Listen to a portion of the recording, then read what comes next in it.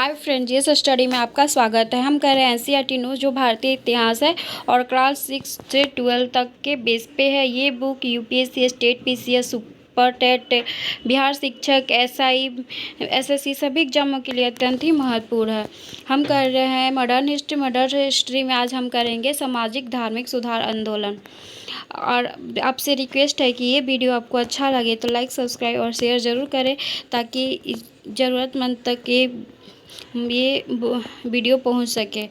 चलिए हम चलते हैं। 19वीं सदी के प्रमुख विशेषता बौद्धिक और सांस्कृतिक चेतना थी। आधुनिक पश्चिम संस्कृति का प्रभाव तथा विदेशी शक्ति द्वारा पराजित होने की भावना ने भारतीय में नई जागृति उत्पन्न कर दी। भारतीय जनमानस में आई इस नई जागृति के विभिन्न सामाजिक और धार्मिक सुधार आंदोलन का मार्ग प्रशस्त किया गया। प्रमुख सामाजिक सुधार आंदोलन में निम्न है। पहला है ब्रह्म समाज। राजा राम मोहन राय 1828 ईस्वी में ब्रह्म सभा नामक एक धार्मिक संस्था की स्थापना की, जिसको बाद में ब्रह्म समाज के नाम से जाना जाता है। ब्रह्म समाज की स्थापना का उद्देश्य हिंदू धर्म में व्याप्त विभिन्न बुराइयों को दूर करना एकेश्वरवाद की शिक्षा देना था। ब्रह्म समाज के दो प्रमुख आधार थे, तर्क शक्ति और वेद उपनिषद से। उसके अतिरिक्त इसमें अन्य धर्मों की शिक्षाओं का भी समावेश मिलता है। ब्रह्म समाज मानवीय प्रतिष्ठा पर बल दिया तथा मूर्ति पूजा और सती प्रथा जैसे सामाजिक कुरीतियों का आलोचना की।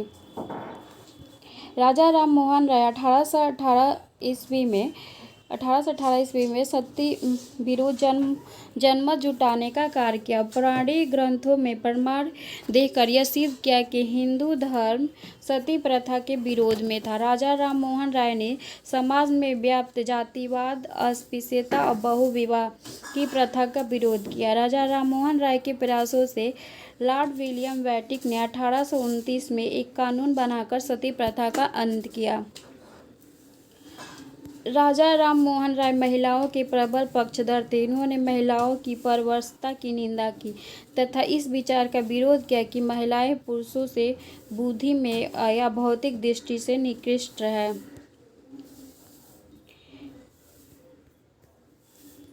राजा राम मोहन राय ने महिलाओं की संपत्ति में अधिकार देने हेतु विशेष प्रयास किया और विधवाओं की अनुवता स्थिति कटु आलोचना की। राजा राम मोहन राय के आधुनिक शिक्षा के सबसे प्रारंभिक प्रचारकों में से एक थे। वे आधुनिक शिक्षा को देश में आधुनिक विचारों का प्रमुख साधन मानते थे। राजा राम मोहन राय भारत में राष्ट्रीय चेतना के उदय के एक महान प्रतीक थे और उन्होंने एकवादवाद पर बल दिया था, जाति प्रथा और कट्टरता का विरोध किया था। राजा राम मोहन राय ने अंतर्राष्ट्रीय घटनाओं में गहरी रुचि ली और स्वतंत्रता, जनतंत्र और राष्ट्रीयता के आंदोलन का समर्थन किया तथा अन्याय के उत्पीड़न अत्याचार का विरोध किया। राजा राम मोहन राय प्रचार और पश्चात चिंतन के संश्लिष्ट रूप के एक प्रतिनिधि थे। वे संस्कृत, फारसी, लैटिन, ग्रीक और हिब्रू सहित अनेक भाषाओं के ज्ञाता थे। राजा राम मोहन राय भारतीय पत्रकारिता के अग्रदूत थे। इन्होंने बंगला, फारसी, हिंदी, अंग्रेजी अनेक पत्रिकाओं का संपादन किया था। 1809 में राजा राम मोहन राय ने फारसी भाषा में अपनी प्रसिद्ध पुस्तक एक वर्षवादियों का उपहार, गिफ्ट ऑफ द मॉडर्निस्ट लिखी, जिसमें उन्होंने एकेश्वरवाद के पक्ष में प्रबल तर्क दिया था। राजा राम मोहन 1820 में प्रीसेप्ट ऑफ द जीसस नामक पुस्तक प्रकाशित की, जिन्होंने न्यू टेस्टामेंट की नैतिकता और दार्शनिक संदेशों को उसकी चमत्कारी कहानियों से अलग करने की कोशिश की। 1830 ईस्वी में राजा राम मोहन राय ने मुगल शासक अकबर द्वितीय के दूत के बनकर तत्कालीन ब्रिटिश सम्राट विलियम चतुर्थ के दरबार में उपस्थित होने के लिए ब्रिटेन गए थे, जहां उन्होंने अकबर द्वितीय के पेंशन राशि बढ़ाने का पक्ष ब्रिटिश क्राउन के सम्मुख रखा था, किंतु 27 सितंबर 1833 को राजा राम मोहन राय की ब्रिस्टल, इंग्लैंड में मृत्यु हो गई थी। आगे हम चलते हैं। राजा राम मोहन राय की मृत्यु के पश्चात रामचंद्र विद्यागीश तथा द्वारिकानाथ टैगोर ने ब्रह्म समाज के कार्यों को आगे बढ़ाया। 1843 के पश्चात राजा राममोहन राय की ब्रह्म समाज की परंपरा को देवेंद्रनाथ ठाकुर ने आगे बढ़ाया। उन्होंने इस सिद्धांत का खंडन भी किया था कि वैदिक ग्रंथ अलोकनीय है। राजा राममोहन के व्यक्तिगत जीवन के बारे में हम जानेंगे। राजा राममोहन राय का जन्म 22 मई 1774 में हुगली बंगला में हुआ था। उन्होंने भारतीय पुनर्जागरण का अग्रदूत माना जाता है। अकबर द्वितीय द्वारा राजा राममोहन राय को राजा की उपाधि दी गई थी। इनके द्वारा 1814 ईस्वी में आत्मीय सभा और 1825 में वेदांत कॉलेज की स्थापना की गई थी। 1817 ईस्वी राजा राममोहन राय और डेविड हेयर द्वारा कलकत्ता में हिंदू कॉलेज की स्थापना की गई। प्रार्थना समाज की स्थापना 1867 में आत्माराम पांडुराम ने केशव चंद्र सेन की सहायता से बम्बई में की थी। प्रार्थना समाज एक स्वार्थ पर बल दिया था तथा धर्म को जाति प्रथा की रूढ़ियता और पुरोहितों के वर्चस्व से मुक्त कराने का प्रयास किया था। संस्कृत के प्रसिद्ध विद्वान इतिहासकार R.G. भंडारकर और 1837 से 1925 और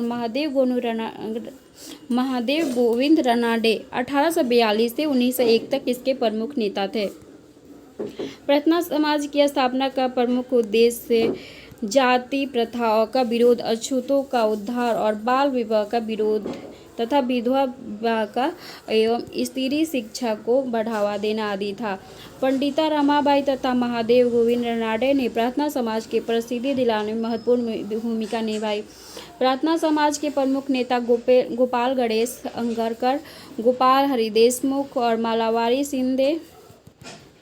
प्रार्थना समाज के ब्रह्म समाज का गहरा प्रभाव था। तेलुगु सुधारक वीरेशलिंगम के प्रयासों से प्रार्थना समाज का प्रसार दक्षिण भारत में भी हुआ। केशव चंद्र सेन का जन्म 1838 में कलकत्ता में हुआ था। इन्होंने ब्रह्म समाज के विस्तार में योगदान दिया। 1865 में ब्रह्म समाज में विभाजन के पश्चात केशव चंद्र सेन ने भारतीय ब्रह्म समाज की स्थापना की। उन्होंने देश में सामाजिक एवं शैक्षणिक विकास में महत्वपूर्ण योगदान दिया। केशव चंद्र द्वारा tabernacle of the new dispensation तथा इंडिया रिफॉर्म एसोसिएशन 1870 की स्थापना की। आर्य समाज के बारे में हम पढ़ेंगे। आर्य समाज की स्थापना 1875 ईस्वी में बम्बई स्वामी दयानंद सरस्वती द्वारा की गई थी। इसका मुख्यालय 1877 में लाहौर में बनाया गया था। आर्य समाज की स्थापना का प्रमुख उद्देश्य वैदिक धर्म को पुनः स्थापित करना था। भारत में सामाजिक, धार्मिक और राजनीतिक रूप से एक सूत्र में बांधना तथा भारतीय संस्कृति के पश्चात प्रभाव को रोकना था। स्वामी दयानंद सरस्वती वेदों को ईश्वरकृत और अलौघनीय मानते थे। उनका मानना था कि वेद समस्त ज्ञान का भंडार है और वे मूर्ति पूजा, कर्म कांड, पुरोहितवाद के तथा विशेष रूप से जाति प्रथा और ब्राह्मण द्वारा प्रचलित हिंदू धर्म के विरोधी थे। स्वामी दयानंद सरस्वती ने अपने उपदेश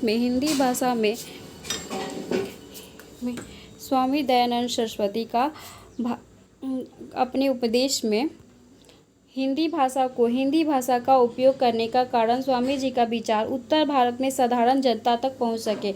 उत्तर प्रदेश और राजस्थान, गुजरात और पंजाब में आर्य समाज का तेजी से प्रसार हुआ। स्वामी दयानंद सरस्वती ने पश्चिमी विज्ञान के अध्ययन का समर्थन किया। पश्चिमी ढंग की शिक्षा के प्रसार के लिए देश के स्कूलों तथा कॉलेजों की स्थापना की। इस प्रयास में लाला हंसराज की प्रमुख भूमिका रही। इन्होंने लाहौर में दयानंद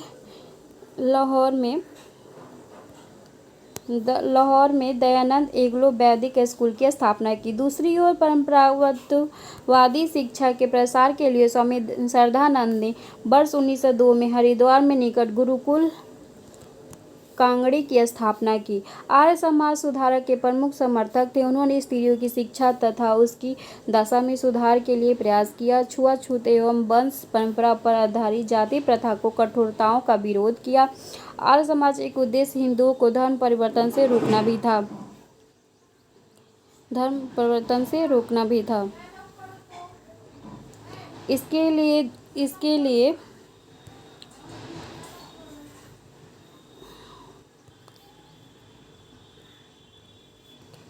लिए दूसरों धर्मों के विरुद्ध संघर्ष हुआ था। हिंदू मुसलमान या ईसाई बन गए थे, उसे पूर्ण हिंदू धर्म अपनाने के लिए शुद्धि आंदोलन चलाया। आर्य समाज के सदस्य 10 सिद्धांतों के अनुसरण करते थे। इनमें प्रथम थे वेदों का अध्ययन, शेष सिद्धांत सद्गुण और भौतिकता व संबंधित थे।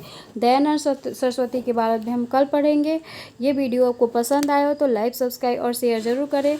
Thank you.